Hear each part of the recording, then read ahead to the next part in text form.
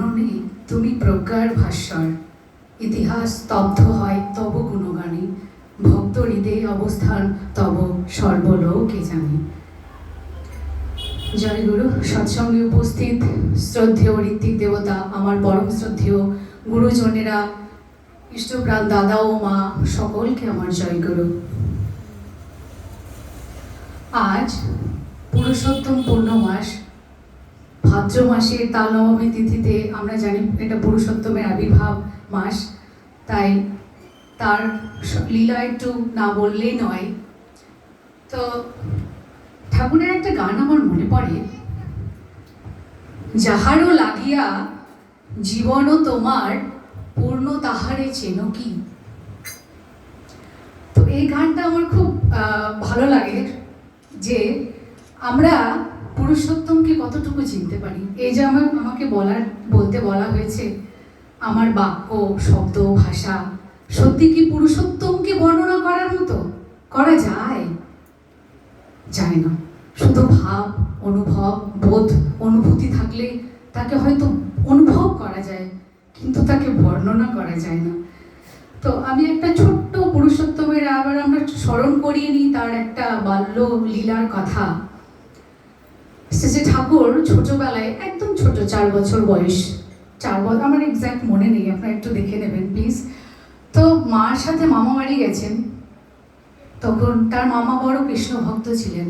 তো ঠাকুরের মামা তখন ভক্তি ভরে তিনি জবে বসেছেন। শ্রীকৃষ্ণ ঠাকুরের তার বাড়িতে একটা বড় মন্দির, তিনি আরাধনা করছেন।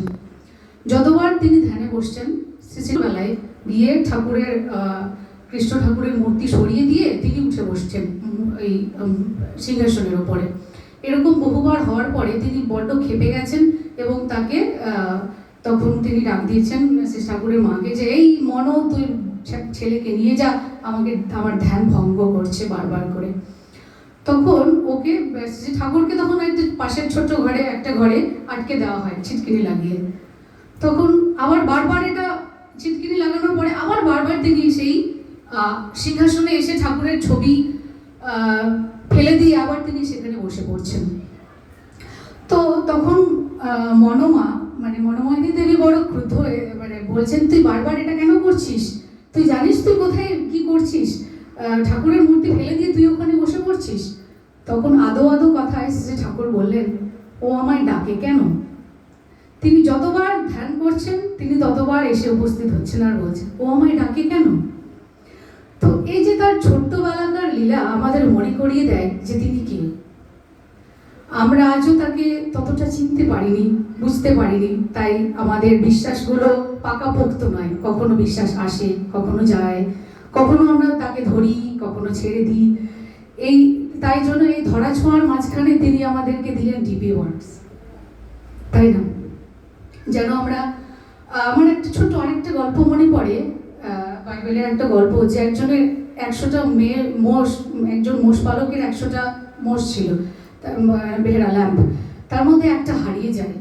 সে 199টা থাকা সত্ত্বেও একটা হারানোর যে ব্যথা সে মালিক সে অনুভব করে এবং আর্তনাদ করতে থাকে।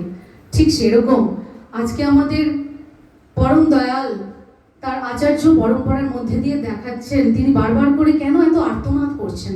একটা মানুষকেও তোরা হারাবি না, যা, ছুটে যা, প্রত্যেকটা ঘরে ঘরে যা।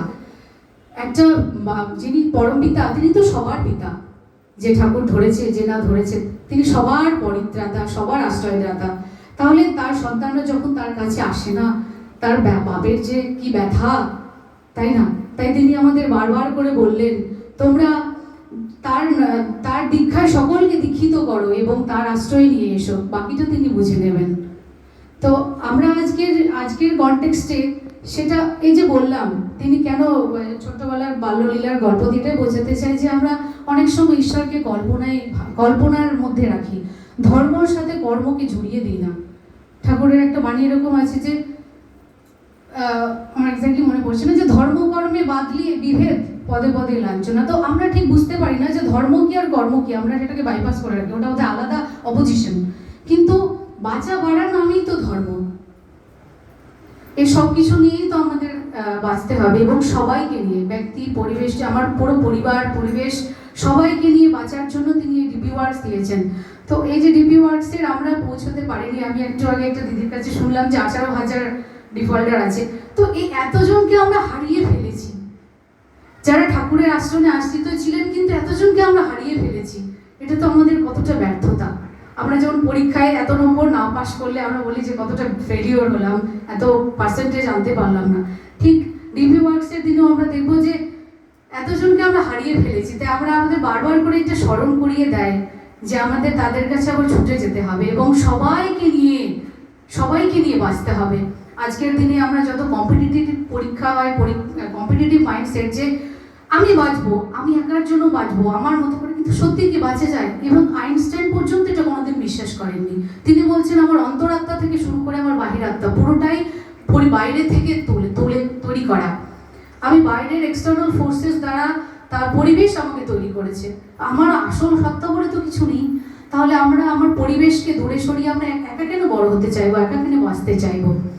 তো আমার হয়তো সময় কমে আসছে, এইটুকুই বলবো যে আমরা ঠাকুরকে যারা ছেড়ে দিয়েছি, হারিয়ে ফেলেছি, পরম পিতার আর্তনাদ নিশ্চয়ই তাদের কানে পৌঁছেছে এবং সবাইকে নিয়ে বাঁচার চেষ্টা করব। আবার আমাদের কর্ম যে আমরা এটা আমাদের ফেলিওর, আমরা তাদের কাছে পৌঁছতে পারিনি।